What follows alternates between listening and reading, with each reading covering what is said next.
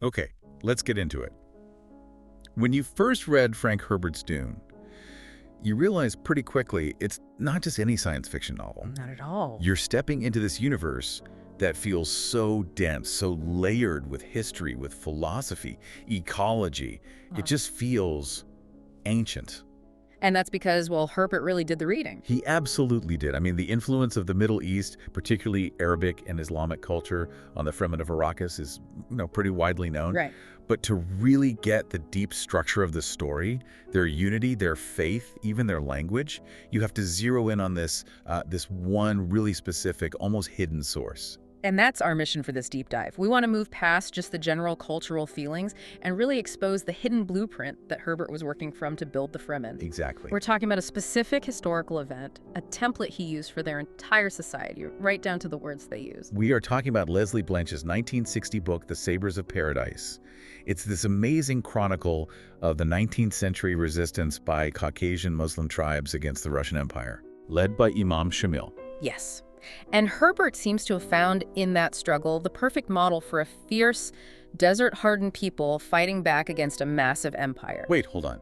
The Caucasus. That's interesting, because you usually hear about Bedouins or, more general desert nomads being the influence. Yeah. Why there specifically? Was it just the sheer ferocity of it? It was the ferocity and the organization. Shamil was this incredible spiritual, political, and military leader who held off one of the world's great powers for 25 years. Herbert needed a historical model that wasn't just about survival, but about successful, almost fanatical resistance and state building. And the borrowings were direct. Oh, incredibly direct. It's fascinating when you see it laid out. Okay, so this is where we get to the really good stuff for you, the learner. Let's start with maybe the most obvious little breadcrumb Herbert left for us, hidden in plain sight. The language. The language. What's the name of the Fremen language? It's Chicopsa. And Herbert lifted that name directly, word for word, from Blanche's text.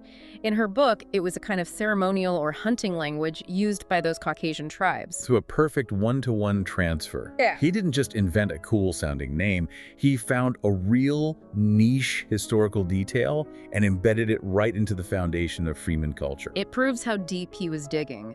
But it wasn't just nouns. He borrowed wisdom, too. The proverb. The proverb. Blanche recorded a Caucasian say about the difference between city life and mountain insight. It was, polish comes from the city, wisdom from the hills. And Herbert just tweaked it. He adapted it perfectly into the Fremen worldview. Polish comes from the cities, wisdom from the desert. That slight change from hills to desert just instantly shifts the entire context from Dagestan to Arrakis. It perfectly captures that Fremen contempt for the soft, city-dwelling outsiders. It's a brilliant little piece of adaptation. And it goes all the way to the top. Even the loftiest title in the entire Dune universe has this same specific historical root. You're talking about the Padishah Emperor. I am. The Russian forces who were fighting Imam Shamil, they referred to him using the Persian and Ottoman title, Padishah. Herbert just took that exact term and gave it to the highest power in his cosmos. So that supreme imperial title, which feels like it's straight out of high fantasy, was actually pulled directly from a 19th century military and diplomatic context. Yeah. That's just wild. It connects the entire galactic feudal system to a very specific real-world political tradition. Now, Shamil gave Herbert the model for the Fremen as a group, but we should probably touch on Paul Atreides himself. He's the outsider, the foreigner who comes in, adopts the local ways, and leads this military victory. Yes, and that is absolutely the archetype of T. Lawrence. Lawrence of Arabia. Right. That story, especially the blockbuster film, was huge in the years right before Dune was published. Lawrence became this romantic, controversial symbol of a Westerner going native and leading an indigenous resistance. So Herbert was synthesizing. He was taking the historical structure of Shamil's resistance, but then placing a character, Paul, who fulfills that popular Lawrence archetype. Exactly, only to then brutally subvert it later on. He used that romantic image of the outsider hero, but only to warn us about the terrible cost of that kind of hero worship. Which brings us perfectly to the mechanics of Fremen power. We've got the language, the titles, but if the Fremen were just scattered tribes, the Harkonnens would have picked them off easily. Well, of course. So how did Shamil build such an incredibly unified fighting force? Because that organizational template seems crucial. That template is Muradism. Shamil built his emet in Dagestan and Chechnya on this military political doctrine. It was the key state-building element that forged all these separate clans into one cohesive army. So it wasn't just a general faith. This was statecraft, really wrapped in a spiritual fervor. What was the spiritual basis? Muridism was built on a specific Sufi teaching, the Naqshbandiya Khalidiyya. It's a form of Islamic mysticism. And what's crucial is that this specific strain was known for providing the spiritual justification for militant resistance against non-Muslim powers.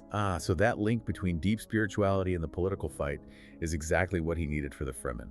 It's a perfect match. And how did he enforce that unity across tribes that probably hated each other? He used religious law.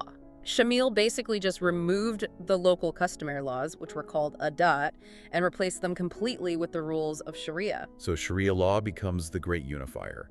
It overrides all the old tribal beefs and focuses everyone on the holy war. That tells you the Zen-Sunni faith of the Fremen is inherently political. Completely.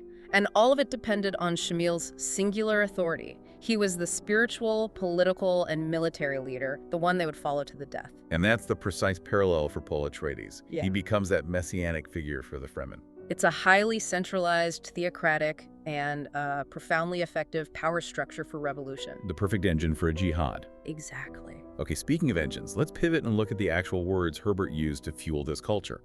The Fremen religion is called Zen-Sunni. Right, and that name itself is Herbert's great linguistic blend. It shows this future melting pot of faiths. Zen-Sunni is supposedly a schismatic sect that broke away from a third Muhammad, and it combines Zen Buddhism with Sunni Islam. The blending of Zen and Sunni Islam, that instantly signals this deep cultural fusion has happened over thousands of years. But the specific words they use are so rooted in the real world. Oh, they carry immense weight.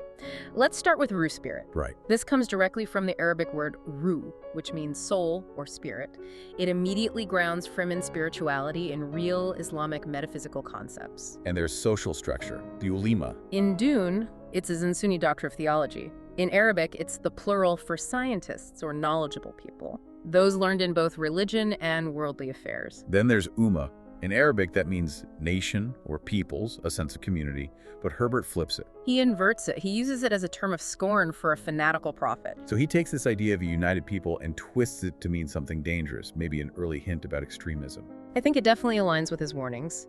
He shows how even unifying ideas can be distorted. And then, of course, there's the name Stilgar gives Paul. Usul, the base of the pillar. In Arabic, usul is the plural word for basis, principles, or methods. You see it in complex terms like usul al-fiqh, the principles of jurisprudence. So Paul is literally the foundation for their future. And we can't ignore the big one, the phonetic link between the planet Arrakis and Iraq. Yes, grounding the spice in a real-world, oil-rich geography is, well, it's a very deliberate commentary. But here's where Herbert's scholarship gets truly astonishing. Go on. The term by la kaifa. Which in Dune means something like, nothing more needs to be said. Exactly. But the fact that Herbert even found this phrase is what blows scholars away. By la kaifa translates to without a how, and it comes from a really specific ancient Islamic theological debate about the attributes of God. Wait, so it's not a common phrase, it's from an academic debate. Precisely. It was used by theologians who accepted difficult concepts like God having a hand by la kaifa without questioning how. The fact that Herbert knew and used such a dense niche term proves he wasn't just skimming Wikipedia, he was in the scholarly texts. He understood the religious architecture on a granular level. And this extends to physical culture too, doesn't it?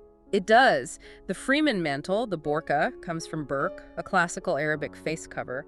And you see the practice of concubines and polygamy lido with Jessica, Paul with Chani, and Irulan, which mirrors ancient Semitic patriarchal traditions. It's so clear that Dune is, as some sources say, Arab and Muslim to its bones.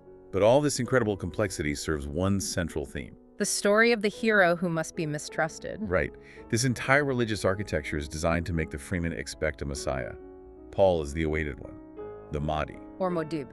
It's a direct parallel to the Islamic concept of the Messianic figure who will return to establish justice. And his other name, his mystical name, Lisan al-Gaib, the tongue of the hidden. Which connects directly back to Sufism. The idea of al-Gaib, the unseen reality, which is only accessible to mystics and prophets, a role Paul, with his prescience, absolutely embodies. But the destiny he sees is a nightmare. It ends in the jihad. A word Herbert uses for both the ancient anti-machine crusade and the future holy war the Fremen unleash. And here, the Islamic context is vital. The greater and lesser jihad. Exactly. The greater jihad is the internal struggle for self-improvement. The lesser is the external holy war. Paul is forced into both. An internal transformation by the spice gives him the power to lead the external conquest. We should quickly mention the Bene Gesserit, because he pulls from another tradition there with pranabindu muscle control. A firm link to Sanskrit and Hindu traditions. Prana is Sanskrit for life force, or breath. He was building a future where all major human religions, Zen, Sufism, Hinduism, had been blended into these syncretic functional forms. Okay, so we've traced the blueprint. The specific history of Imam Shamil, the real-world lexicon, the religious structure. But Herbert, the philosopher, embeds this huge central paradox in it all. What's the ultimate takeaway? It's the warning. Frank Herbert himself said he wanted to teach a lesson. Beware of heroes. Paul Atreides is the Mahdi. He becomes the powerful leader his people need. And yet, he's a fundamentally tragic figure. Because his view was that the mistakes a charismatic leader makes are amplified 1,000,000 times over by followers who are too zealous to question anything. And Paul's rise leads directly to the Fremen jihad, a holy war that kills billions. He sees this terrible purpose, he knows the cost, but he also sees that this catastrophe is what's needed to remix the human gene pool and save the species from stagnation. So his hero's journey turns sour precisely because of the scale of the prophecy. He gets the power, only to realize he's the catalyst for the biggest disaster in human history. Dune is an ecological fugue, a chorus of these historical, religious, and military voices, all blended into a profound warning about leadership. And that warning is tied to his personal agony. He takes the throne to try and prevent the worst of it, even as he knows he can't stop the jihad entirely. The Fremen can't possibly know that. His victory is so bitter, he has to embrace this terrible purpose, become a villain in a way, just to save the species in the very long run. Which leaves us with a final thought for you to mull over. Considering Paul's realization that his path requires mass destruction to ensure humanity's ultimate survival, what is the moral responsibility of a leader, real or fictional, whose great prophecy leads not to peace, but to unimaginable chaos?